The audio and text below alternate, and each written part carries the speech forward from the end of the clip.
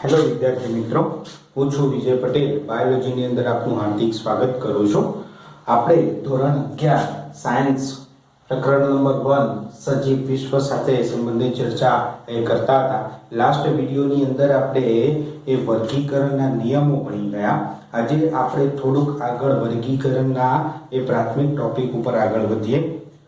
તો બધા જ સજીવોનું નામાધિકરણ કરવું શક્ય ન પણ હોય તો એવા સમય તમે શું કરશો? તો બધા સજીવોનું નામાધિકરણ જો શક્ય ન હોય તો એમને અસરકારક જૂથ વહેંચણી કરવી પડશે. એમને જૂથો પાડી એમને વહેંચી દેવા પડશે. તો એ પદ્ધતિને તમે શું કહી શકો? વર્ગીકરણ પદ્ધતિ તમે કહી શકો છો. તો એના અનુસંધાનમાં આપણે લખીએ કે બધા સજીવોનું નામાધિકરણ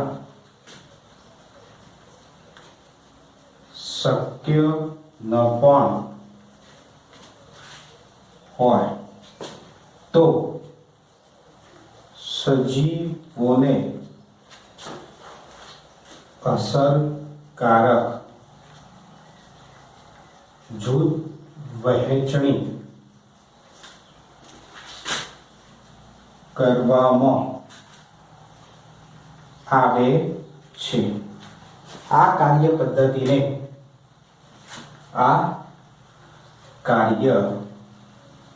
પદ્ધતિને વર્ગીકરણ કહે છે. આ પ્રથમ સંદર્ભમાં વ્યાખ્યા તમે કહી શકો છો વર્ગીકરણની. હવે વર્ગીકરણની અંદર એ બધા જ સજીવોનું વર્ગીકરણ થઈ શકે, બધા સજીવોને આસાનીથી સામેલ કરી શકાય એમના માટે એ વર્ગીકરણ કક્ષાઓ એ સંબંધિત ચર્ચા એ કરેલી છે. વર્ગીકરણ કક્ષાઓ બનાવેલી છે. એ કક્ષાઓના આધારે બધા જ સજીવોનું એની લાક્ષણિકતાઓના આધારે એ દરેક કક્ષાઓની અંદર એનો સમાવેશ કરી શકાય છે. એક ઉદાહરણ દ્વારા આપણે જોઈ શકીએ. તો એક સામાન્ય ઉદાહરણ હું આપું કે આપણા વર્ગની અંદર વર્ગ છે અને વર્ગની અંદર ઘણા બધા વિદ્યાર્થીઓ છે.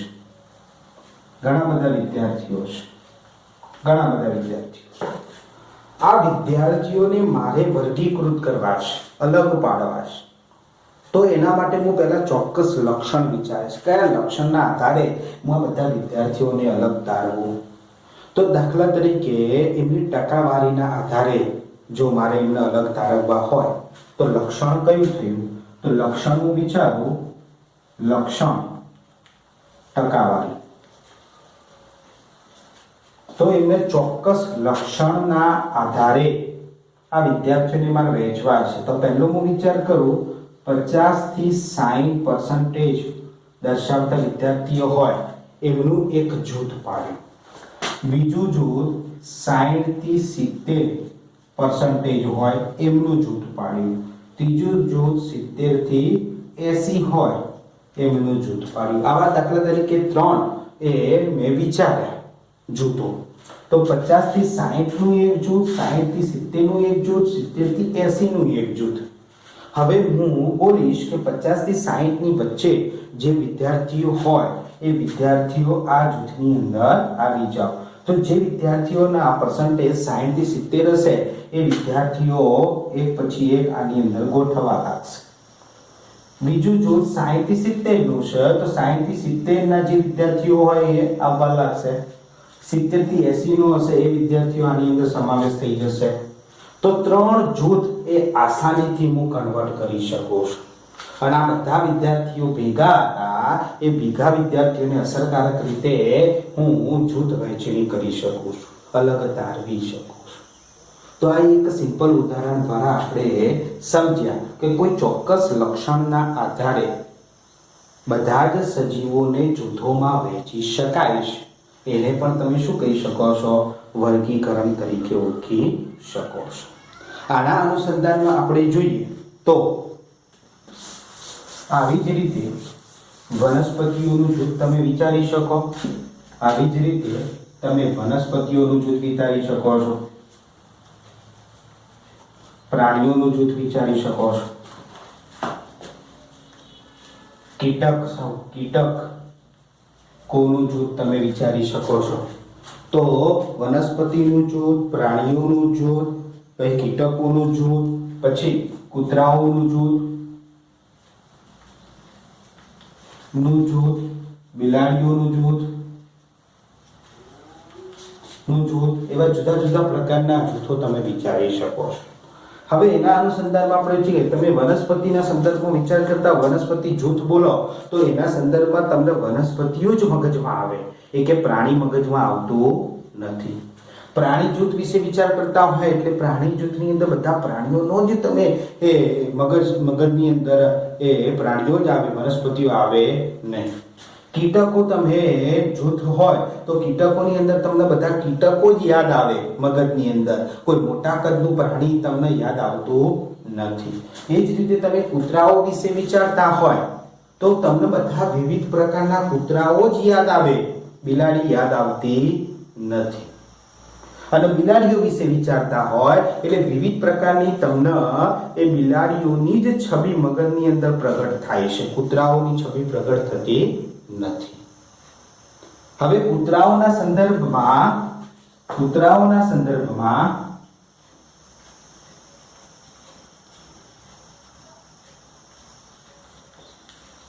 આપણે એક એવો વિચાર કરીએ આલ્સેશિયસ વિશે. આલ્સેશિયન વિશે વિચાર કરીએ. કૂતરાઓની અંદર એક જૂથ છે જેને આલ્સેશિયન જૂથ તરીકે ઓળખાય છે. આ આલ્સેશિયન વિશે વિચાર કરતા હોઈએ, આલ્સેશિયનનો મતલબ શું થાય? તો કૂતરાઓની અંદર એક જૂથ એવું કે જે પાળેલા કૂતરાઓ હોય અને ટ્રેન કરેલા કૂતરાઓ હોય. આર્મીની અંદર વપરાતા હોય, પોલીસની અંદર વપરાતા હોય, સીઆઈડી ક્રાઇમ બ્રાન્ચની અંદર વપરાતા હોય. તો એવા કૂતરાઓ જેને ડોગ સ્ક્વોડ તરીકે ઓળખાય છે.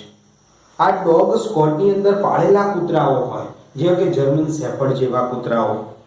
તો પાળેલા કૂતરાઓ અને ટ્રેન કરેલા કૂતરાઓનો સમૂહ જેને આલ્સેશિયસ તરીકે ઓળખાય છે. એનું ઉદાહરણ આપીએ જર્મન શેફર્ડ જેવા કૂતરાઓ. તો આ આલ્સેશિયસ જ્યારે પણ શબ્દ આવે ત્યારે તમારા મગજની અંદર બધા કૂતરાઓના કરતા કયા કૂતરાઓ વધુ એ તમારા મગજમાં આવશે? પાળેલા કૂતરાઓ જે હશે, ટ્રેન કરેલા કૂતરાઓ હશે, જર્મન શેફર્ડ જેવા કૂતરાઓ હશે, એમની જ છબી એ તમારા મગજમાં પ્રગટ થશે. બીજા એટલે કૂતરાઓની છબી પ્રગટ થશે નહીં. તો સજીવોને એમના લક્ષણના આધારે એમને જૂથોમાં વહેંચી દેવા, એમને શું કહી શકાય? વર્ગીકરણ પદ્ધતિ કહી શકાય છે. તો એના આધારે એ આપણે વર્ગીકરણની બીજી એક વ્યાખ્યા એ લખીએ કે વર્ગીકરણ તમે કોને કહી શકો, બરોબર? તો એ પહેલા આપણે એક બીજું પાછું ઉદાહરણ જોઈએ કે જ્યારે કોઈ સસ્તન વર્ગના પ્રાણીઓનો વિચાર કરતા હોઈએ ત્યારે, સસ્તન વર્ગના પ્રાણીઓ આ જૂથ છે અને સસ્તન વર્ગના પ્રાણીઓનો વિચાર કરીએ ત્યારે એના લક્ષણોના આધારે બાહ્ય કર્ણ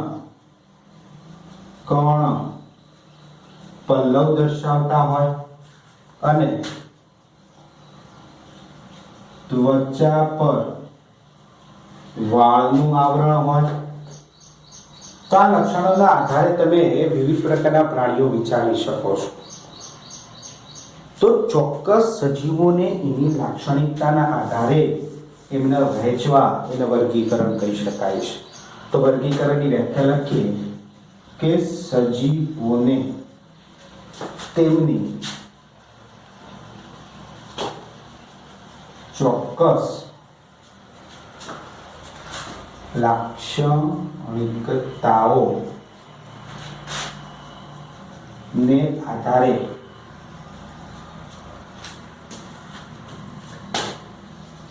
વર્ગીકૃત કરવાની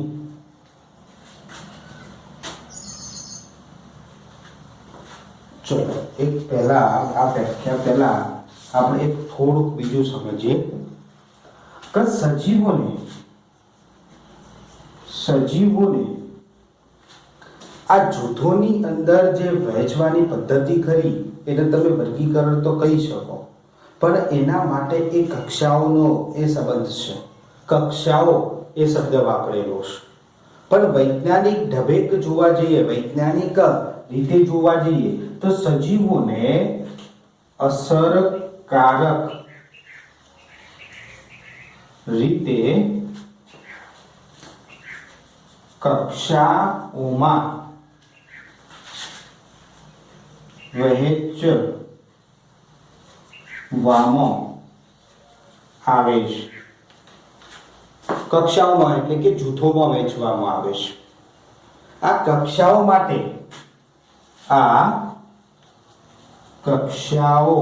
માટે વૈજ્ઞાનિક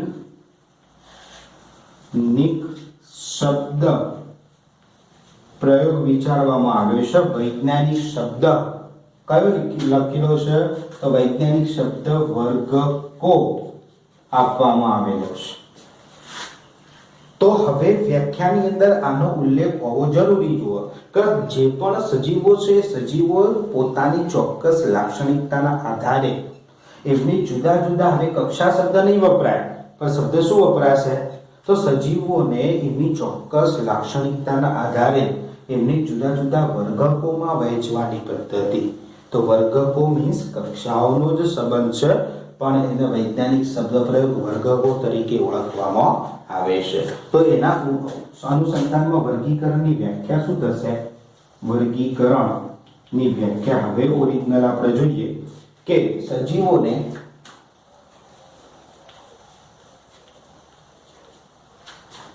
તેમની ચોક્કસ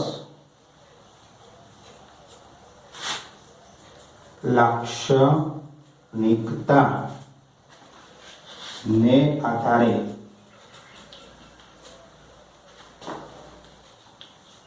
જુદા જુદા વર્ગકોમાં વહેંચવાની કાર્ય પદ્ધતિને શું કહી શકાય? વર્ગીકરણ કહે છે. તો પરીક્ષાની અંદર વર્ગીકરણની વ્યાખ્યા પૂછે તમે આ લખી શકો છો, બરોબર?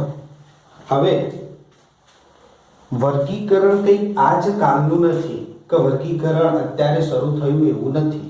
જ્યારે પણ સજીવ અસ્તિત્વમાં આવ્યો, જ્યારે અસ્તિત્વમાં આવ્યો ત્યારથી જ વર્ગીકરણ એ ચાલતું આવેલું છે. જ્યારે માનવ અસ્તિત્વમાં આવ્યો, ત્યારે માનવ સંસ્કૃતિ અસ્તિત્વમાં આવી, ત્યારે માનવ પહેલા તો 3 બાબતો ઉપર પોતાનું વર્ગીકરણ એ કરતો શીખ્યો: ખોરાક, રહેઠાણ અને આશ્રય. સૌપ્રથમ એ માનવ એ ખોરાક,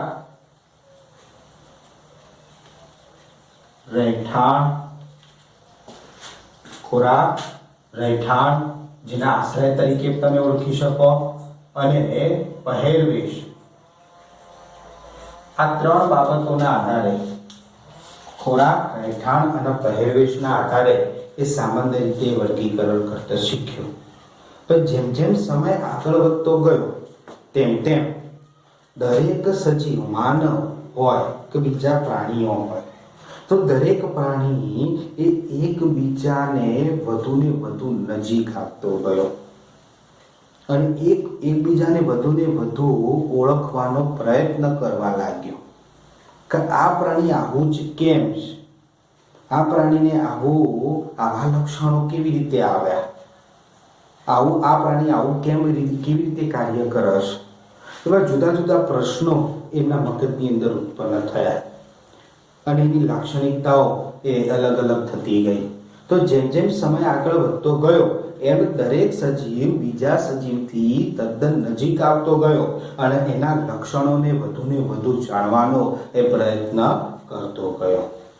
તો સજીવને વધુને વધુ એની લાક્ષણિકતાઓને આધારે જાણવાનો પ્રયત્ન એ સિસ્ટેમેટિક છે. પદ્ધતિસર એટલે જ એ પદ્ધતિસરનું વર્ગીકરણ એ ઉત્પન્ન થયું કે જેમ સજીવ એ વધુ ને વધુ બીજા સજીવોને એની લાક્ષણિકતાના આધારે જાણવાનો પ્રયત્ન કરવા લાગ્યો ત્યારે પદ્ધતિસરનું વર્ગીકરણ વિકસ્યું. પદ્ધતિસરનું વર્ગીકરણ વિકસ્યું કે જેમાં ચોક્કસ લક્ષણોના આધારે સજીવોને એ વર્ગીકરણ કરવામાં આવતા ગયા. આ પદ્ધતિસરનું વર્ગીકરણની અંદર પદ્ધતિસર, પદ્ધતિ મીન્સ સિસ્ટેમેટિક શબ્દ વપરાય છે. સિસ્ટેમેટિક શબ્દ વપરાય છે. તો સિસ્ટેમેટિક શબ્દ એ ગ્રીક શબ્દ છે અથવા તો ગ્રીક લેંગ્વેજમાંથી એ પ્રાપ્ત કરવામાં આવેલો છે. વર્ગીકરણ વિદ્યાના પિતા તરીકે ઓળખાતા વર્ગીકરણ વિદ્યાના પિતા તરીકે ઓળખાતા સર કેરોલસ લિનિયસે આ પદ્ધતિસરનું વર્ગીકરણ કરેલું છે અને આ પદ્ધતિસરના વર્ગીકરણની અંદર એમને ગ્રીક શબ્દ સિસ્ટેમેટિક માંથી સિસ્ટેમા નેચર એવું એક પુસ્તક લખેલું હતું. એમના વર્ગીકરણનું પ્રથમ પુસ્તક જેનું નામ સિસ્ટેમા નેચર, અને આ સિસ્ટેમા શબ્દ એ ગ્રીક શબ્દમાંથી જ લેવામાં આવેલો છે જેનો અર્થ થાય છે પદ્ધતિસરનું વર્ગીકરણ. બરોબર. તો પરીક્ષામાં એ પણ પૂછી શકાય છે સર કેરોલસ લિનિયસનું પ્રથમ વર્ગીકરણ પુસ્તક એ કયું છે? તો સિસ્ટેમા નેચર. ઓકે.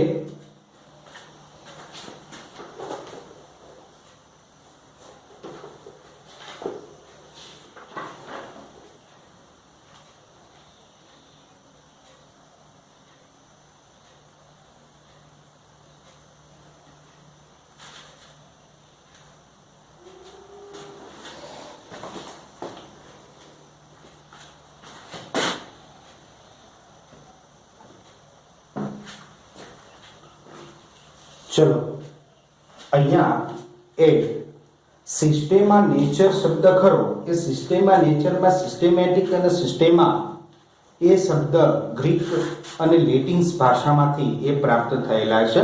તો ગ્રીક અને લેટિન ભાષામાંથી પ્રાપ્ત થયેલા સિસ્ટેમેટિક શબ્દ દ્વારા સિસ્ટેમા નેચર નામનું પુસ્તક એ સર કેરોલસ લિનિયસ દ્વારા એ પ્રતિપાદિત કરવામાં આવેલું છે.